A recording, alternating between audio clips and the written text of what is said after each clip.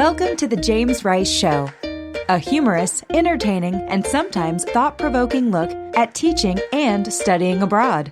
Join the conversation as James guides you through his experiences and provides insights into how to improve your English and how to improve your teaching of English. And now, here's the man you've been waiting for, James Rice.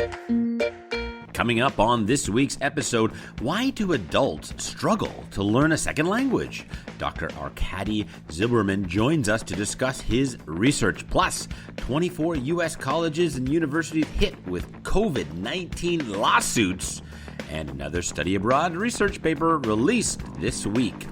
What are students thinking? All coming up on The James Rice Show.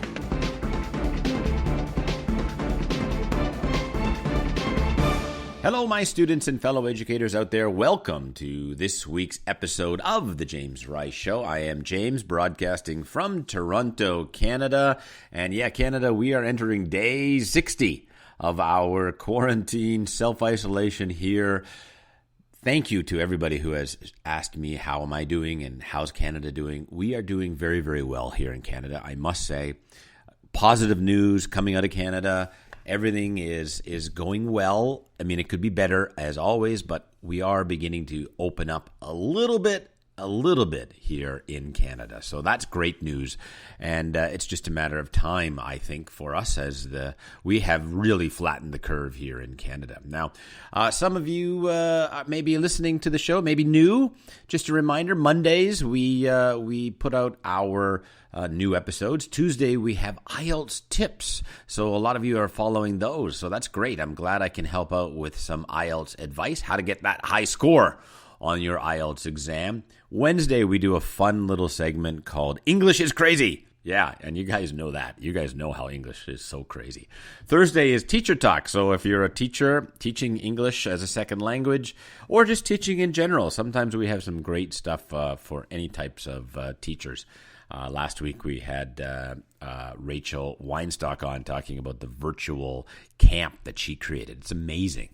And Saturday, free English lessons. Yeah, I do a little English lesson on Saturday for all of the students. So our little show, which started with just once a week, has started to grow. And thank you for all your support. Now, this week's episode, some big problems are bubbling up in the United States, especially with the universities and colleges. 24 different colleges are reportedly being sued for, not returning some of their tuition fees and some of the fees for their services by their students. So here's a few examples. Adelaide Dixon, she's suing the University of Miami.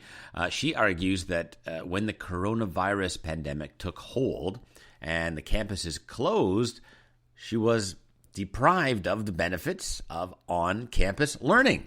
So she didn't really like doing online learning. So she's suing because she can't go on campus and learn anymore. A parent is suing the New York University. She's a parent of one of the students there and saying that the classes moved online. Students should get a tuition refund because they are not getting in-person instruction. And they're suing for $5 million. Wow. Zachary Church, a senior at Purdue University, he filed a lawsuit because he got a $750 refund. And he's arguing, hey, that did not make up for the actual money that I have lost. And Michigan State University faces a lawsuit after students were not happy with the housing refund that they received. So, and the list goes on and on. You can Google it out there. It's out there, I'm sure. Boston University, Penn State, USC. The students and parents are very, very upset. And in the U.S., many students and families take loans out to support their studies. And while I do side with the universities, students, that really the universities and colleges, they have no choice but to teach online. And many universities and colleges, they are doing their best to make the transition happen. And likewise, here in Canada, same issues. We're all trying to do our best to go online. We're kind of forced into it. Whether that's a good thing or bad thing, that's a discussion for another day. But we are forced into this situation, and we're all trying our best. So However, I do side with the students regarding housing and other fees. Generally, when you go to university or college and you live in a dormitory, if you sign a contract and then you decide you leave, well, you will lose your deposit and the fees that you paid, because it is impossible for a university to get that money back once school starts. However, in the pandemic case, in the coronavirus pandemic case, some of these students were forced out, not by their choice. They were asked to leave by the university, which is okay. We understand why that's happened. That is okay. And there are a lot of horror stories out there, especially at the beginning, of international students not being able to find any housing, forced to live in a motel, or even some university asked them to go home. Just go home. And I know many universities around the world have heard the calls to help students, but clearly, some students have taken legal action, as that help may not have come fast enough. And that is the lesson from this pandemic, is that if you are a school administrator out there, you need to take care of your students from the beginning, and you need to help them. And I think eventually colleges and universities have started to do that, especially here in Canada, but perhaps it wasn't fast enough.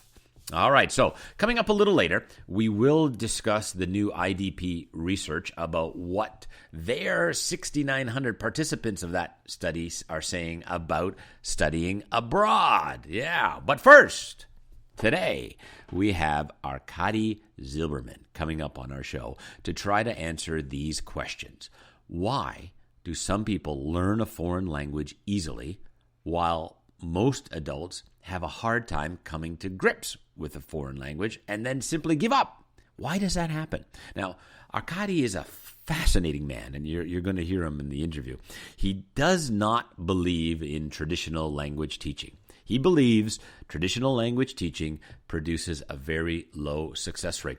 And you know what? I do agree with him on many of his points. He argues that traditional teaching has a terrible record. And if you listen to the James Rice Show on a regular basis, you know I have been preaching this. Traditional teaching needs to change. And maybe the pandemic and the coronavirus and going online has, forced that change to happen. Now, Arkady says grammar rules can't be remembered in English. They are unusable while speaking.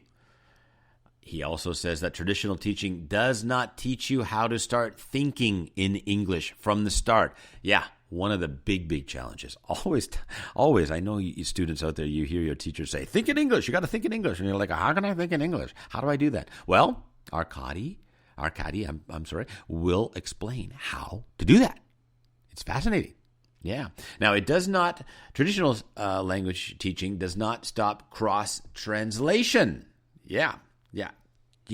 And that is a big thing for me. I see it all the times in the eyes of the students when I'm asking them questions, or when they're in the classroom, or when we're discussing something. They are busy translating. And how do you stop that? How does that happen? Arkady has his theory, and he has a plan, and he has research to try to help you with that. Also, it does not allow the acquisition of intuitive grammar. All right. And that's just learning grammar naturally. And I really like this because, when I started teaching language, I had no idea what the present perfect was. I never heard of this before. Why? Because we were never taught, how to build a sentence like a present perfect sentence. We were just never taught that. We just intuitively, just naturally, just through using the language, we just started using the present perfect tense. And suddenly I had to explain it. And I remember when I was asked to do my lesson on present perfect, I went, well, what's the present perfect? How do I explain this? And it took me many years to learn how to explain it and explain it easily, I think, to students. But this is not something we as native speakers learned how to use the grammar. And I think probably the same in your language. You never learned how to use the grammar in your language. It just kind of came naturally. And, and we'll talk about that with Arkady. And he also argues, and this is an interesting point, that without a mobile app, the learners can't practice English concurrently in the class. Learners need a mobile application to continue practicing English 24/7, wherever and whenever they need it. Fascinating, isn't it? Yeah, fascinating. So he's saying that the technology out there may be able to help you to get over that hump and help you to learn English, that there may be a solution. So Arkady Zimmerman is coming up next on The James Rice Show. Have you downloaded the Study It ESL textbooks yet for your classroom? The Study It textbooks are the first ever digital and interactive textbooks. Once downloaded, Wi-Fi is no longer required. Each book contains video and audio exercises, detailed grammar keynotes, reading and writing assignments, and amazing speaking projects. Grammar, conversation, pronunciation, business English, and listening textbooks are available. Visit www.studyitbooks.com for more information. Welcome back to the James Rice Show. I'm very pleased to welcome Arkady Zilberman, who has a PhD in material science and worked for many years as a simultaneous interpreter. He has secured 6 patents in Russia and 8 patents in the USA in various fields. The latest patent, titled Reverse Language Renaissance System and Methods for Foreign Language Acquisition, was issued on June 13th, 2017. During many years of work as a scientist and simultaneous interpreter, he tried to find an answer to the question, why do some people like him learn a foreign language easily while most adults have a hard time coming to grips with a foreign language? Why do so many people simply give up? After many years of experimenting during his simultaneous interpretation and researching how adults learn foreign languages, Arkady made a few discoveries that he describes on the website, www.lbtechnology.net, which we will link in the podcast description below, and in his ebook, Language Bridge Technology, Speak Fluent English. Welcome to the show, Arkady. It's a pleasure to have you. Thank you. Thank you, James. Now, I discovered you through your LinkedIn article, which grabbed my attention, which was, what are the best language learning apps? So what are they, Arkady? James, searching for this exact phrase on the internet produced 15,000 references. These articles describe the most popular learning apps and state that the apps offer revolutionizing opportunities to practice grammar and can be very rewarding to learn vocabulary. The authors most frequently recommend Duolingo and Busuu as best language learning apps. And certainly, sorry to interrupt there, certainly Duolingo has 28 million users. So it must be great. No, James, I think you are mistaken. Duolingo has 300 million users and Busuu has 100 million users. Wow. So I think but probably the downloads. Here is the problem. They are most popular learning apps. But I want to explain to you and demonstrate in this interview that they are not the best language learning apps. All right. So why not? Let me explain why the author's conclusions about revolutionizing opportunities are misleading. Revolutionizing grammar practice and learning vocabulary are the wrong objectives. Because for successful language learning, we need 2 main components: multimedia comprehensible input and opportunity to produce output. Neither practicing grammar nor memorizing words as translations into the native language have historically shown a high success rate in acquiring fluency in a foreign language. Okay, could you explain what is the multimedia input? What do you mean by that? You may recall that comprehensible input is a theory which was introduced by Dr. Krashen 50 years ago, a half century ago. And what I describe on my website, on many articles, and my articles on this topic in e-learning industry has in last year has been named the best article of the year. In the list of the best articles, it takes number 25. Multimedia comprehensible input is different from comprehensible input because we use text, we use recording, and we produce, that is, we speak at the same time.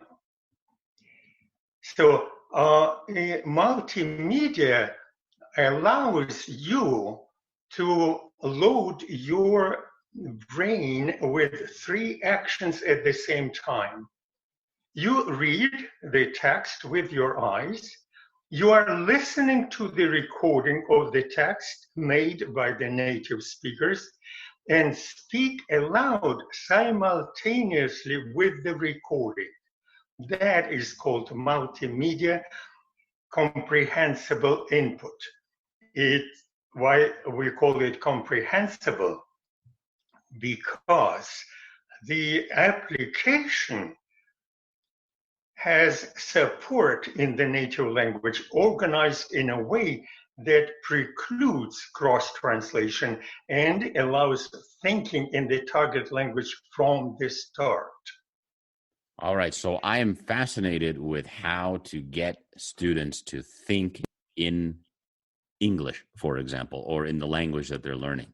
So you're saying, in your view, this is the best method to get students to think in the language, to stop translating.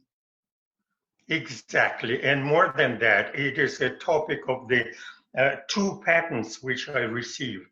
The first patent was received in 2002, the latest in 2017. And it is a patented method. Unfortunately, it is not known to many. It didn't reach the mass, usage. But if you understand that cross-translation, in other words, our learners, adult learners, they continue to think in their native language. And this phenomenon is known and described by many as the tyranny of the mother tongue. And it is not possible to think in the native language and to speak in a foreign language. So we need, first of all, to eliminate cross-translation. And the only way to do it is when your brain is loaded by 3 actions which you perform at the same time. That is reading, listening, and speaking. You cannot continue doing what you are used to do. Your innate habit of cross-translating is automatically turned off. And that's why this method have shown great results. It was tested by many teachers and educators. And on my website, you can find a lot of testimonials which praise this method. And really, some of them show say that they have seen unprecedented results. I love the expression tyranny of the mother tongue. I love that. That's a wonderful expression. And I'm thinking the theory behind what you're saying is we need to overload the brain with different tasks so that you're training the brain to stop using that mother tongue. Basically, like going to the gym where you're overloading your muscles with doing different tasks quickly, not giving your body a chance to recover and get into the state that it wants to be in. Would that be correct? Yes, but you have noticed only a portion of this, impact. I'm Because sure. there's the most important result of these three activities performed at the same time, that we transfer the method or the mechanism of conscious learning into the mechanism of subconscious learning. Because when you perform three actions, you actually do not analyze, you don't hear what you say, and you allow your brain to take over and to find language patterns and record them.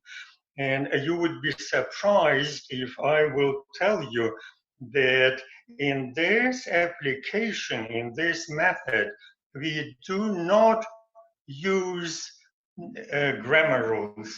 We do not use translation drills, and we do not do any correction of errors.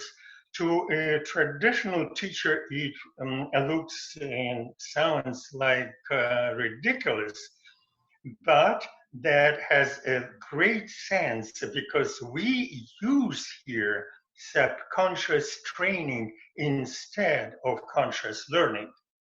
Now, on your website and in your article that you wrote, Steve Pinker, he wrote a book called The Language Instinct, How the Mind Creates Language. And he says people do not think in English or Chinese or whatever language. They think in a language of thought called mentalese. So knowing a language then is knowing how to translate mentalese into strings of words and vice versa. So how does that work, and how do kids develop, bilingual kids develop faster than, an adult who picks up a language later? It's a great book. I know it very well, and I've used the same, citation many times. Look how children learn a language. First, they collect or create a database of symbols. And by the way, we think in symbols, as Pinker have noticed, and then on the second stage, they wire those symbols. Why I say symbols? Symbols is not pictures. For example, a symbol of the first word which a child learns, mommy, it combines a lot of everything. It's heartbeat, known heartbeat, it's warmth, it's milk, it's security, it's love, it's many, many feelings. Everything comes together and then creates this symbol, mommy. So first he creates a symbol, and then the symbol is wired together in his mind. Wired, it means neurons are wired directly to this symbol. That's how kids learn the language. And if they have a few languages, all languages will be connected like this one and will be native to a child. That's fascinating. So it's almost like an emotional connection to a word or to expressions or something. There needs to be that connection, that deeper connection. More exactly, and more than that. What is strange, we are not aware or we don't pay attention to it. If I ask you, do we speak consciously or do we speak subconsciously? What is your answer? Oh, I say we do both, right? No, wrong. Okay. Because my question was, do we speak? Speak as an action. That is a thing. You're confusing thinking and speaking. Okay. When you think, or you think consciously, and you try to, but when you do the act of speaking, that is expression of your thoughts, or symbols in which you use to think, is done absolutely subconsciously. because every symbol has its word connection and it appears on the tip of your tongue automatically. That's why you do not recall. And that's why what we do now, learning a vocabulary lists or learning grammar rules, it's nonsense because it cannot be used for production of natural speech. Right. And I think a lot of teachers agree with you on that point. The issue is always within the industry, how do you get people to change that philosophy? And even in your article about language learning apps, why does language research not provide the answer to what are the best language learning apps? There's no research out there, correct, on which language app is the best and which one isn't. There's nothing out there, right? Yes. I have more than 50 articles on topic of subconscious training. You can find the link to them on my website. And I have a special article written and published a few years ago, which is called Why Linguistic Research is Often Misleading. I give there a few examples of such misleading research. We often read linguistic research without questioning the tools and assumptions made by the authors. For example, I recently read a research based on questioning of 4,000 Buzu users and telling us that more than 82% of the users surveyed agreed or strongly agreed that using the Buzu application had helped them improve their knowledge of the language they are learning. Questioning users is not research because it does not uncover new information or the mechanism of learning or create a better understanding of the topic. 82% of Buzu users are satisfied with this application because they have no idea that the mechanism of real learning should allow them to become fluent in a target language in a year or less. This type of research quantifies the past achievements without being able to reveal the mechanism of learning or discovering new ways of learning. That explains that very often linguistic research is misleading, because if you make an assumption and you cannot make a research without first taking or making certain assumptions. And if your belief system tells you that learning grammar is necessary to speak fluent English, or if you have, because children first learn words, and you have to learn vocabulary list to speak fluently, then all your research would be skewed. It would be misleading because your assumptions were wrong. Well, you mentioned belief systems. There are certainly countries out there, and I'm thinking about China, Japan, Korea, where they have a belief system in how English should be taught. I mean, it is ingrained in the culture. How do you break that? How do you stop that from continuing on? And how can the countries that, teach grammar and teach vocabulary lists and memorization, how do you break that? We should break it by one teacher at a time. I think that you, at least after speaking now with me, doubt that this is a correct approach. And the more teachers will understand it, by the way, I have quite a few followers, and the more teachers will understand it, the better we would be. You know the term English proficiency. And do you know that China in the list of English proficiency is on number 47? Yes, that's correct. Do you do you know that Brazil, by the way, your podcast I know is very popular in Brazil, but Brazil, in the list of English proficiency, is on number 53. It's after Albania and before Ethiopia.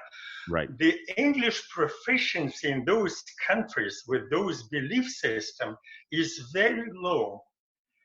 But you should also understand that English is the language of the global economy. Now, the economy works using English, and we must change this situation. There's expression, necessity is the mother of invention. But we also should just work on this to understand that there's a way to learn English correctly, to learn English fast. And to do this, by the way, teachers should become coaches or trainers. You cannot transfer your knowledge. By the way, now I have a question. If you have a class, for example, with 20 students, how much time every student can speak in the class? Well, for me, I use a lot of methods such as flip teaching and project-based learning. So I speak in a 2-hour class, for example. Now I'm teaching on Zoom right now to my high school students, and I'm speaking maybe 15 minutes. They're speaking the rest of the time, doing their projects and doing their own presentations and teaching and things like that. But that is something that I have learned and changed my philosophy to do. Most teachers teach much longer, speak much more, and students speak much less. Correct? James, wrong. Okay, I'm wrong. All right. You're wrong, because here you didn't actually hear my question properly. Because the problem is, although all your students speak most of the time, and it's a great achievement, congratulations that you came to this, etc., and all teachers are talking about, what they forget is that if you have 20 students in the class, that each student speaks only 1/20th of the time. You do not even think that there is a possibility that all students speak in English all the time concurrently. Well, that's not correct. That's not correct because for me, if I'm in a physical classroom, Zoom is a little trickier, but if I'm in a physical classroom, I am able to have all students speaking as much as possible at all times. And it also does depend on things such as shyness and interpersonal relationships. But by breaking them into smaller groups or pairs or things like that, they can do much more than 1/20th. James, it's not accurate, because a teacher cannot do it. It's not technically possible. Let me explain what I mean, and then we come to this question again. Okay. The only way to allow all students to speak at the same time concurrently is to use a mobile application. All students have tablets or smartphones. They use my application, which allows all of them speak, that is, to perform 3 actions at the same time. Reading, speaking, reading, listening, and speaking at the same time. They also have an option to create their own lessons and use the same triple activity to their own lesson. Whenever they hear your explanation, they use always headset. By the way, you cannot learn English without using a headset. There's a great advantage of using mobile application, because they can speak at the same time and copy you. without disturbing all other students. They really speak. Every one student speaks 100% of the time. You understand that it's different. A teacher cannot achieve this without using a mobile application. The great thing is that you are a coach. It's such a different approach. You have to see it in action, actually. I can send you a video demonstrating how it is really performed. And you will see that the same application is used both in the class and most importantly, because the class is only a few hours a week in the best case, but they can use it 24/7 and they continue to do self-training using the same application. So your action is not teaching. Your action should be, it is really student-centered, and you allow them self-training and you guide them to the best way how to achieve their objective of starting speaking subconsciously, automatically. Okay, so I do agree with you that with the microphone and the app after school would be of great value where they can work on it. But when we're in class, here's what I'm going to propose, suggest as a question to you. Isn't part of communication speaking to a real person, talking about body language, understanding cultural differences? Because, of course, if I'm teaching students from Brazil, China, Japan, Korea, Vietnam, Europe, Africa, they're all different cultures, and we're learning the cultural aspect as well. If we're speaking into an app and with a microphone, we're not getting that flavor of the culture. It is not. I understand what you say, but keep in mind that we have to choose the best method.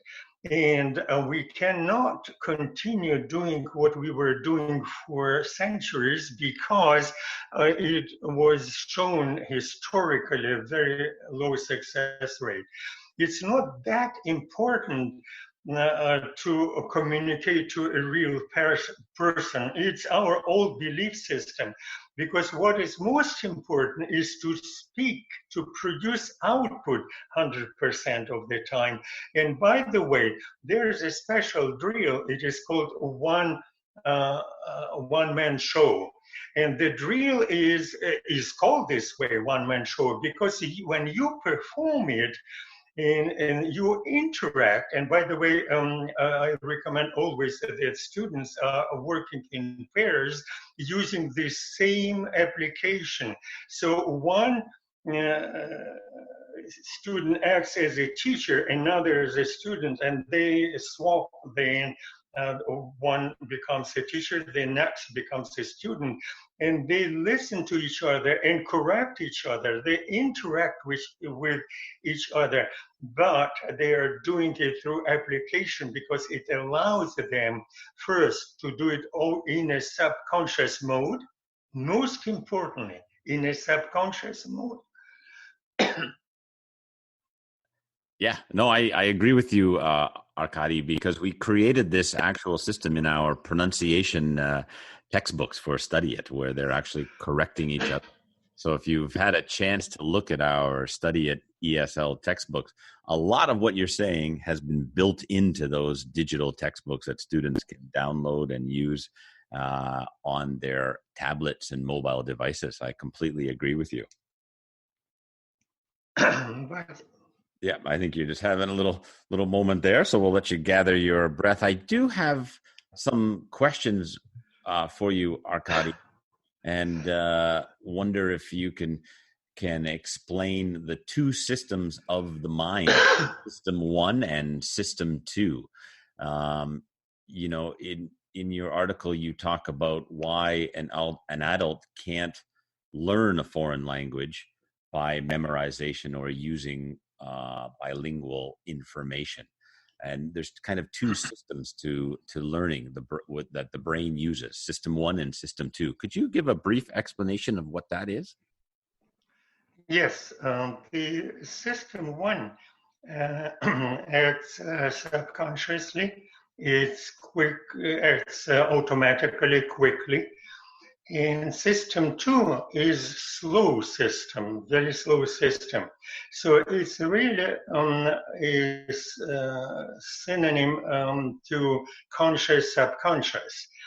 Now we mostly use system 2, that is conscious learning. And that's why when you are talking about the book, I have a doubt that you can use a book in a subconscious mode. The book is always means that you do it consciously, and that is a great disadvantage.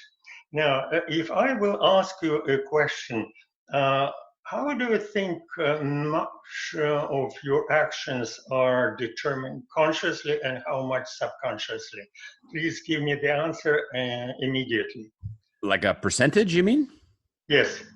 Oh, gosh. I would say it's probably 70% subconscious, 30% conscious. The real data shows that 95% of our activity is subconscious. Right. Only 5% is conscious activity.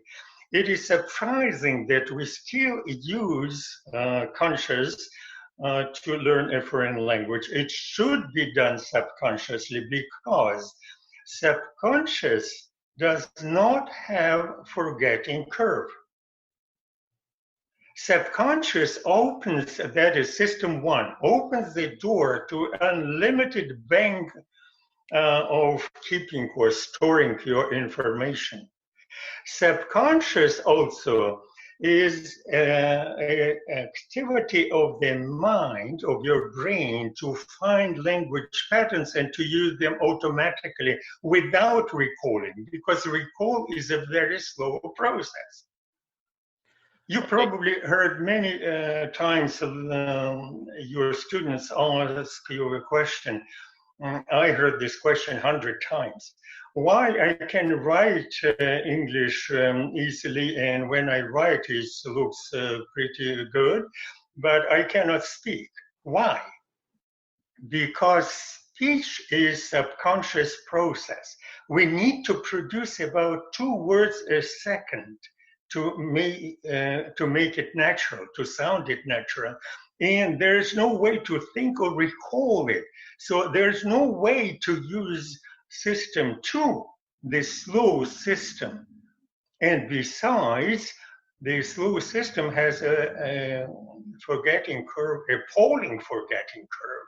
Actually, there's some data that in 30 days we forget about 90% of information which we learned. Now, we don't have this problem in subconscious training, because training does not use recalling and does not use short-term memory.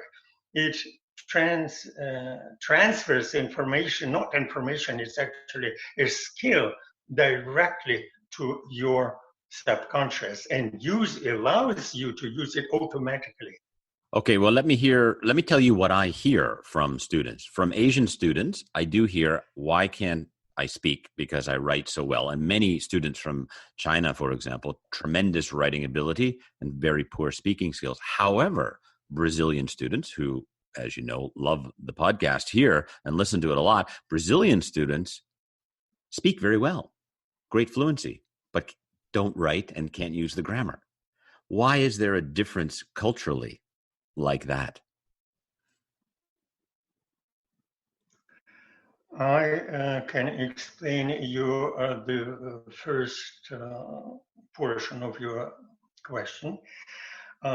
They cannot speak because they do not have language speech center. Do you know that every adult who speaks English fluently has a separate speech center in the brain, which is actually brain mapping had shown that it is located not in the same place in our brain, where our native language center is located. It's near it, but not the same space. So to create the speech center in the brain, you have to train the language. You have to make those connections. You remember at the beginning we said, between symbols and English words directly. What they have learned, Chinese students, they learned a lot of English words as translations. And when they write, they have enough time to do their translation. And so they still think in Chinese and write in English. It is very hard, and only a few of them can do it, or at least not all of them can do it. But it's very hard for them. It's impossible to speak because they do not have English speech center in the brain. So to do this, they need to relearn by using my application, because my application will turn off their Chinese speech center in the brain when they do the training and will start to form a new speech center in the brain. Okay. Remember, how about the Brazilians though? How about the Brazilians? I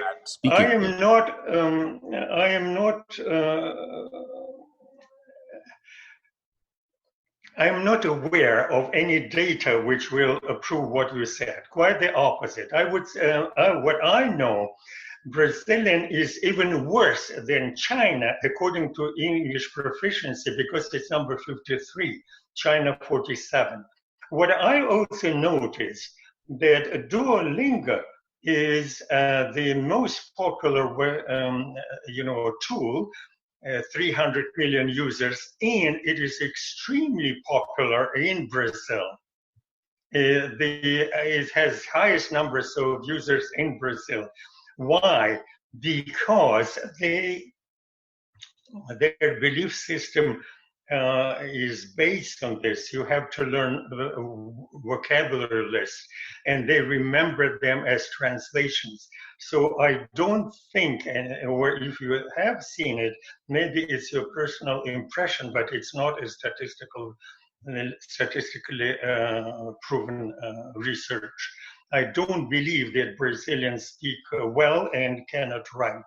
Some of them may be, but it's only some cases we do not prove the rule. The rule is to speak fluently, you have to form a speech center, a foreign language speech center in the brain, and you can do it only subconsciously by using the application which I described.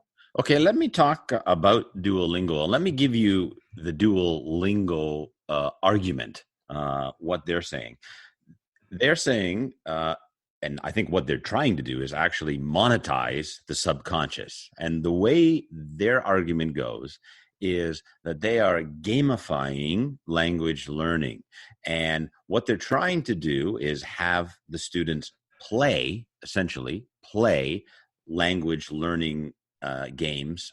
It's not a game, but they're trying to get the students to play as if they were a gambler at a Las Vegas casino, where the more they play, the better they get, and therefore their language will naturally increase. And that's how they're trying to use that subconscious and, of course, trying to monetize it.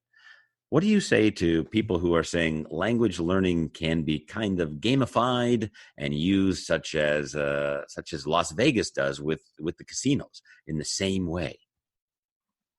You know, again, they're using that subconscious or manipulating the subconscious. I would say that it is not true, because you compare,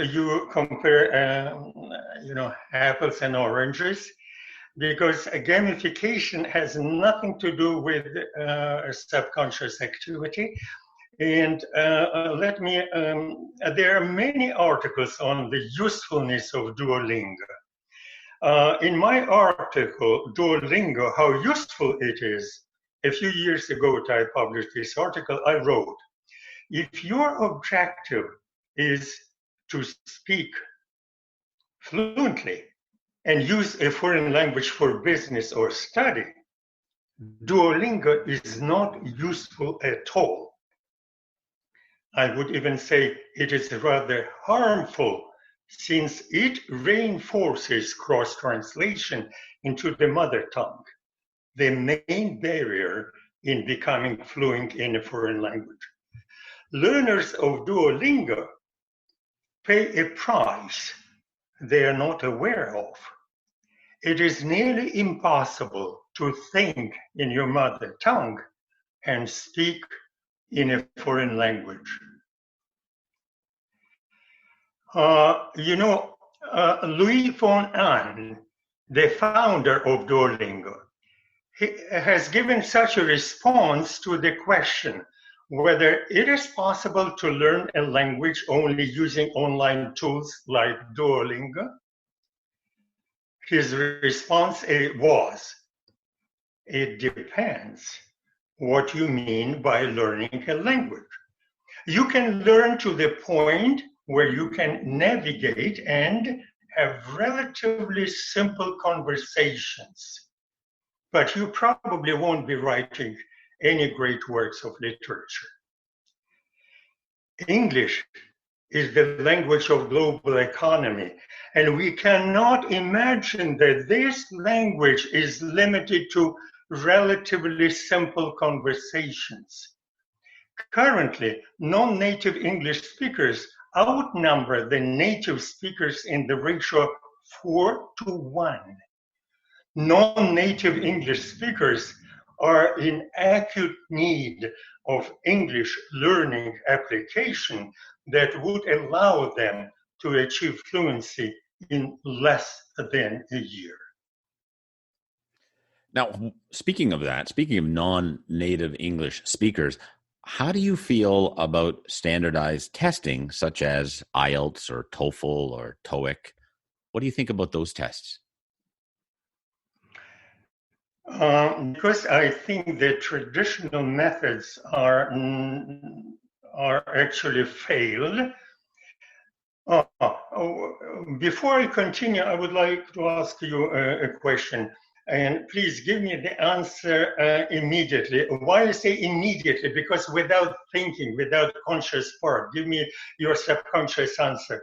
Okay. What is the success rate of learning a language by adults in the world? Success rate? Yes.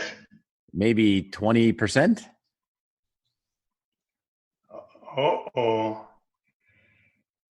James. This question is not answered. You cannot answer directly to get the response from internet. It's a taboo question. But if you will do deep research, you will find out that less than 5%. More than that, there is data published actually on my website. You will find the link.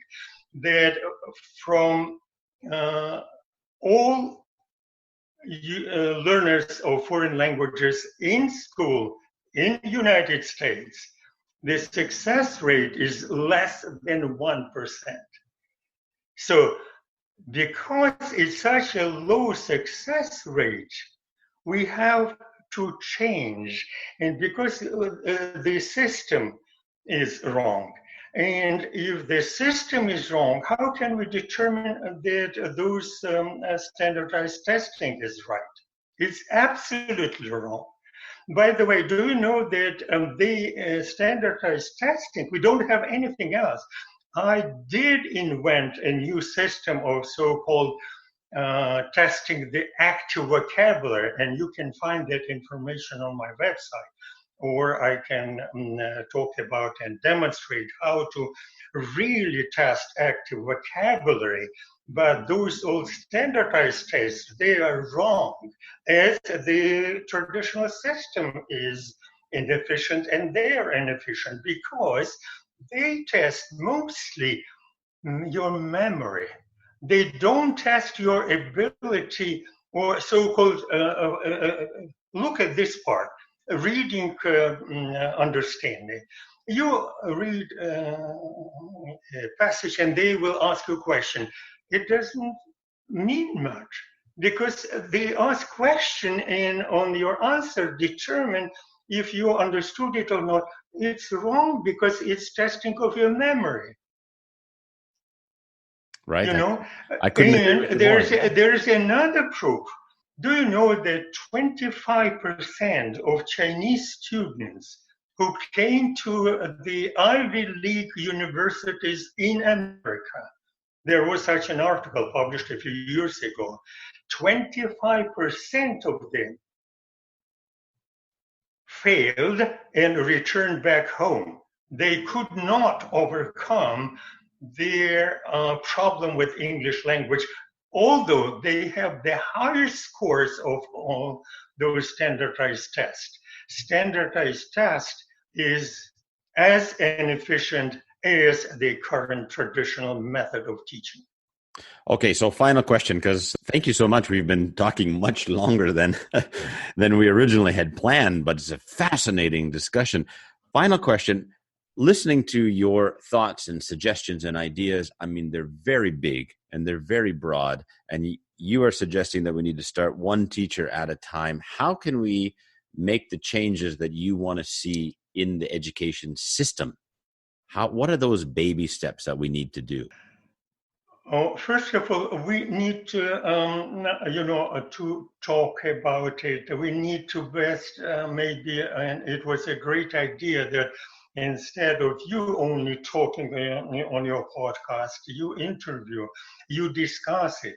We may open discussion for a few teachers and to have roundtable discussions. Maybe we can do it with Zoom, not only a podcast. A podcast has one great disadvantage because it's only sound. You understand that we need to use all our senses. And to do that, we need to see, we need to read, we need to communicate, to explain, and then probably we'll start spreading the word and the information about subconscious training, and read all those testimonials on my website. You will see that this approach was tested and had shown great results. All right, we will definitely put the link up into our podcast description, and teachers and students can visit your site, download I guess they can download the app. Is that correct? Or yes, this application is available in Google Play Store. They can download and play with it. But first, I would recommend to read all those articles and to understand that what we do in this application is actually opposite of what they are doing now. So they have to understand that we use system one. We use a different system. I always remember CEO of a company called Woxy, Woxy, once said, if you want to learn English fast, you have to do the opposite of what you are doing now. A very clever statement. That is true. As a man who has lost 100 pounds of weight, I had to change my entire life and do everything opposite of what I did, which gained 100 pounds of weight. So if you want to learn a language, that is great advice. You got to change everything that you've been doing and change the way you're doing it. Absolutely. Thank you, Arkady, for coming on to the show. It's been a real pleasure to talk with you. You are most welcome, and thank you very much for inviting me. Have you subscribed to James's newsletter? When you subscribe, you will receive a free Study It ESL textbook. Visit www.thejamesriceshow.com for more information and join today. Welcome back to the James Rice Show, and as promised at the opening, which seems like a long time ago, doesn't it? We were going to take a look at IDP and what the IDP-Connect, what they are saying, and their students are saying. There are 6,900 international students that they surveyed, and what they're saying about their study abroad plans. Now, if you remember, last week, ICEF, another organization, said that 50% of their students were going to defer or delay studying abroad. 50%. Now, IDP's students have said 38% are going to defer. Okay, so but 69% are going to continue to study abroad as planned. All right, so there is a little bit of difference there, and many of them are undecided how long they're going to defer. 27% say they're undecided. 23% are going to defer for up to 6 months, and up to 3 months, 18%, and 13% for up to 1 year. So there are, there's some concerns, and they're concerned about online teaching, and obviously teachers, schools not ready to do the online teaching. So 47% are saying the standard of teaching quality online is one of their big problems. And then their preference is not to do online, because as we've talked about on the James Rice Show, it has not gone well for many schools and teachers.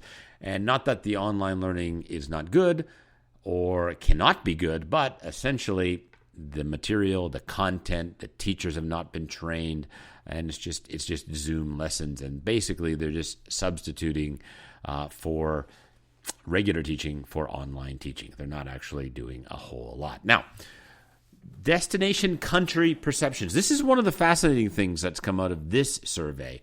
And what was the response to the coronavirus? How has that affected the perception of international students? Number one coming out was New Zealand. Number two was Canada. That's fascinating. So Canada and New Zealand and Australia as well. Those were the top three generally in all the categories: safety, welfare of international students, economic stability, travel policies, restrictions. The top three countries were Canada, Australia, and New Zealand.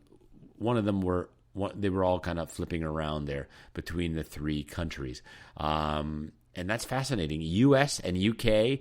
did very, very poorly. On the perceptions of what they had thought. Now, just to give you a little background on this, most of these students were from India, China, Bangladesh, Vietnam, Indonesia. Those were the top 5 countries. So just to give you a little background on that. Fascinating discussion. Another big discussion there. What are students going to do? I mean, that's the big challenge. All right. We are coming to an end to this extended version of the James Rice Show. I just want to bring our top 10 listeners, keep you guys updated. Number 1 this week was Brazil.